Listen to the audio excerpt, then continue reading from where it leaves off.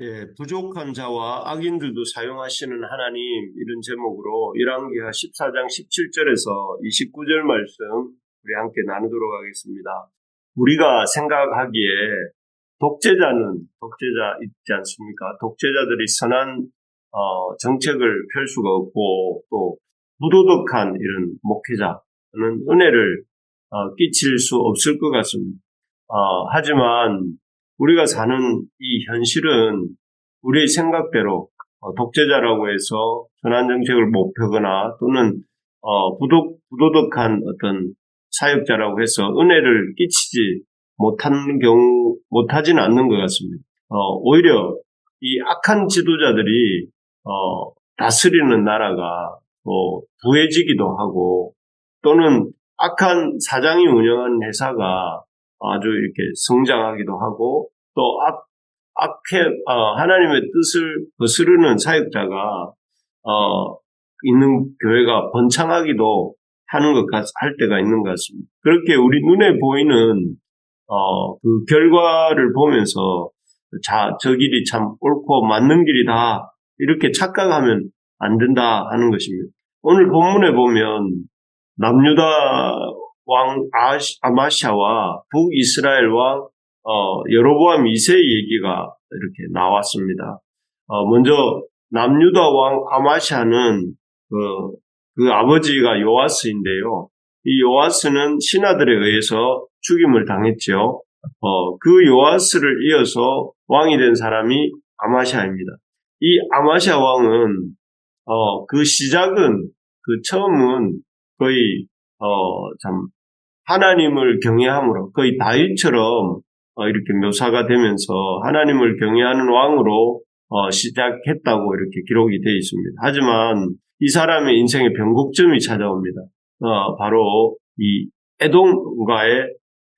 에돔과의 전쟁이었고 그 전쟁에서 이 하나님의 도우심으로 아마샤 왕은 큰 승리를 얻습니다. 그리고 그 다음에 이 사람이 아주 큰 자만심에 빠져서 그가 한 일이 무엇인가 하면은 그 에돔 사람들이 섬기던 신을 이렇게 가져다가 이 유다에서 자기의 신으로 삼고 또 그 앞에서 분향하는 일이 역대하 25장 14절에 보면 나옵니다. 참 아주 이렇게 왕으로서는 해서는 안 될 일이죠. 북이스라엘과 또 그 전쟁 이후에 에돔과의 전쟁 이후에 또 북이스라엘과도 안 해도 될 전쟁을 벌이죠. 그래서 그 결과로 북이스라엘에 크게 참패를 당하고 예루살렘 성벽이 불리고 또 성전 보물이 약탈당하고 또 이스라엘의 그 포로가 그야말로 수치의 밑바닥이라고 할 수 있는 거기를 경험합니다. 그래서 그는 그 하나님 앞에서 복을 받고 하나님의 도우심을 입었던 그래서 하나님의 그 놀라운 은혜를 입었던 초기 시절에 겸손함이나 또 하나님의 은혜를 의지하는 마음을 잃어버리고 그 승리에 도취해서 자만심에 빠져서 우상숭배의 길로 가고 또 큰 실패를 이렇게 맛봅니다. 그리고 마지막에는 참 안타깝게도 그의 아버지였던 요아스 왕처럼 그도 신하들에 의해서 라기스로 도망을 갔다가 신하들에 의해서 배신을 당하고 라기스로 도망을 갔다가 거기서 죽임을 당하고 맙니다. 참 어떻게 보면 아마샤라고 하는 사람의 생애는 참 이렇게 좋게 시작했다가 나쁘게 끝난 모습의 전형입니다. 그런데 놀랍게도 하나님께서는 이런 아마샤의 실패에도 불구하고 보통 한 왕이 실패하고 그 왕의 나라가 망하게 되면 그 다음에는 또 다른 나라가 세워지거나 또 다른 왕조가 들어서지 않습니까? 그런 걸 보여주는 것이 북이스라엘의 역사인데요.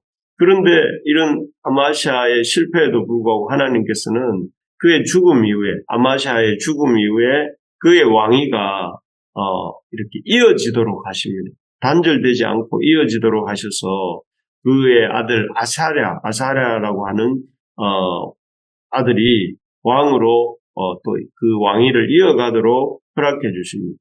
그래서 이 왕조가 끊어지지 않는 그런 은혜를 주신 것이죠.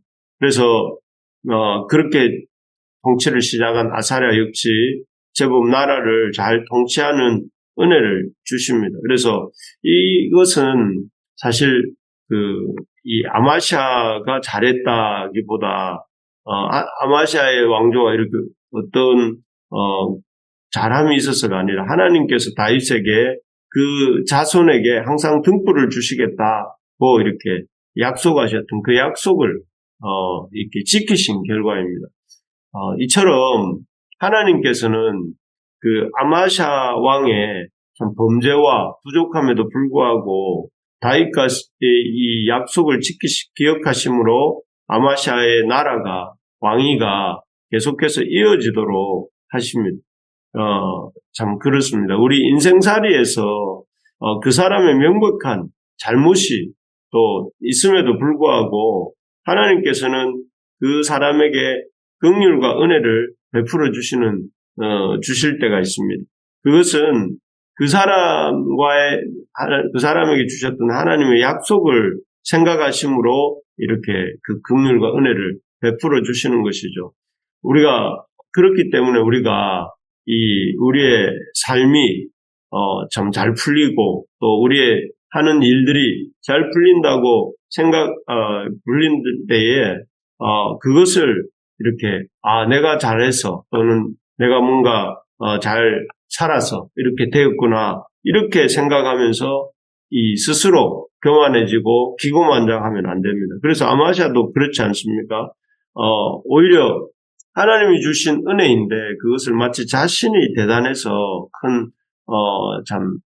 하나님 앞에서 크게 쓰임 받는 것처럼 착각하고 그런 큰 승리 이후에 크게 교만해져서 범죄의 길로 나갔던 것처럼 그렇게 해서는 안 된다는 것입니다. 오히려 우리의 연약함에도 불구하고 하나님의 그 언약을 지키셔서 우리에게 신실하게 행하시는 그 하나님의 은혜의 결과임을 늘 기억하면서 우리의 삶과 우리의 사역이 처음부터 끝까지 겸손하고 또 하나님을 의지하는 그런 우리 모두가 되기를 주님의 이름으로 소망합니다. 그래서 참 하나님 앞에서 아마샤의 연약함에도 불구하고 참 아마샤의 그 왕조가 유다 다윗의 왕조가 이어져가는 모습을 보면서 참 하나님의 은혜를 겸손하게 인정하고 또 그렇게 하나님 앞에 교만하지 않는 초심을 잃지 않는 우리 모두가 되기를 간절히 기도합니다. 두 번째로 보면 북이스라엘 왕 여로보암 2세 얘기가 여기 본문에 나옵니다.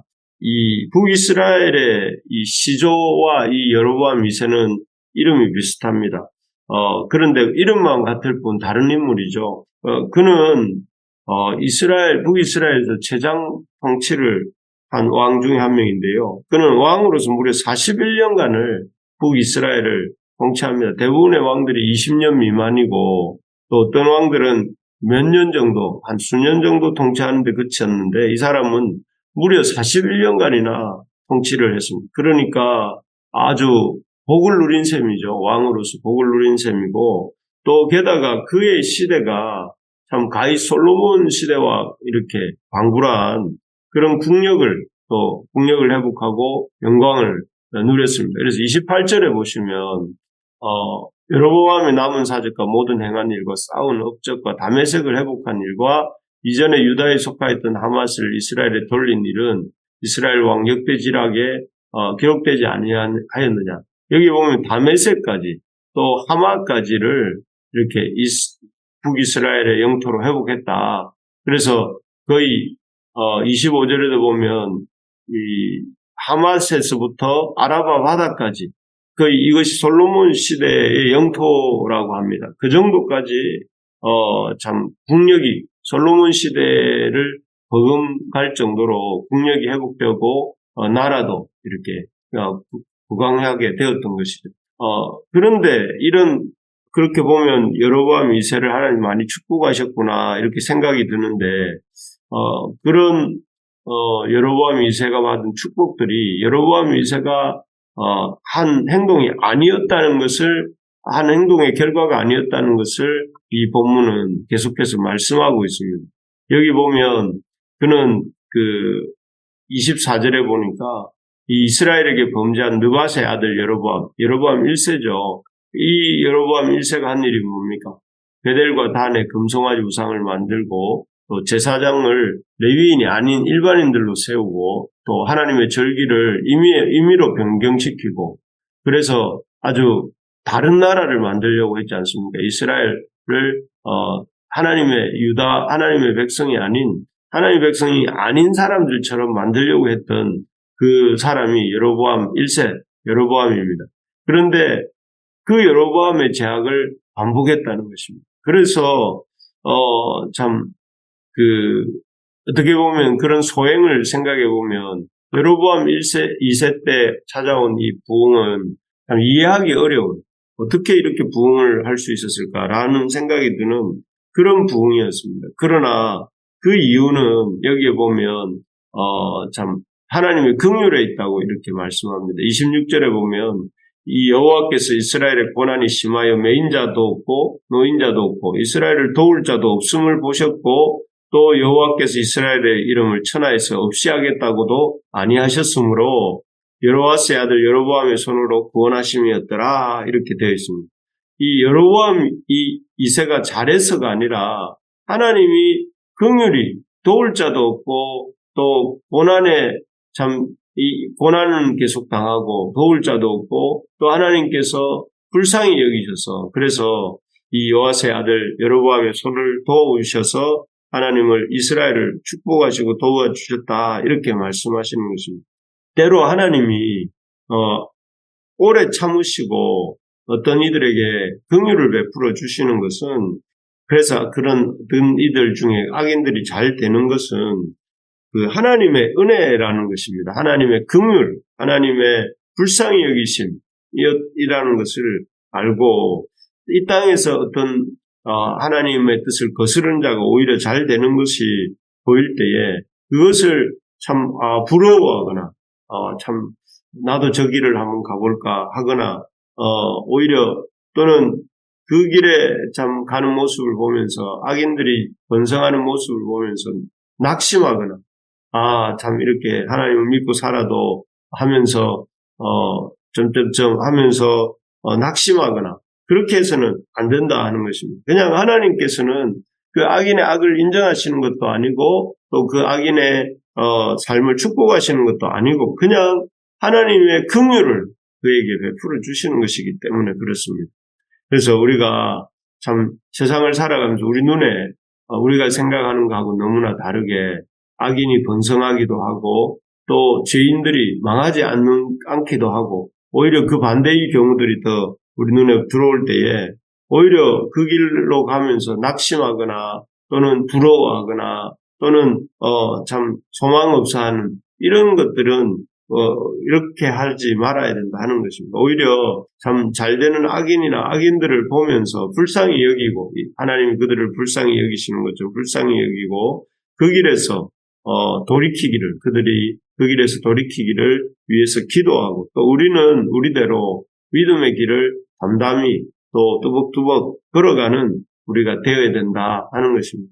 우리가 참 수련회 끝나고 이제 이 새로운 한 주간을 또 시작하는데 새 마음으로 하나님 앞에 하나님이 주시는 참 인정하는 길로 갈 수 있도록 또 긍휼이 풍성하신 믿지 않는 자들에게도 이렇게 큰 긍휼을 베풀어 주신다면 하나님을 믿고 의지하는 우리들에게 더 큰 긍휼을 베풀어 주실 것을 기대하고 믿으며 또 소망을 가지고 또 이미 베풀어 주시는 그 은혜를 붙들고 살아가는 복된 한 주간 다 될 수 있기를 간절히 소망합니다.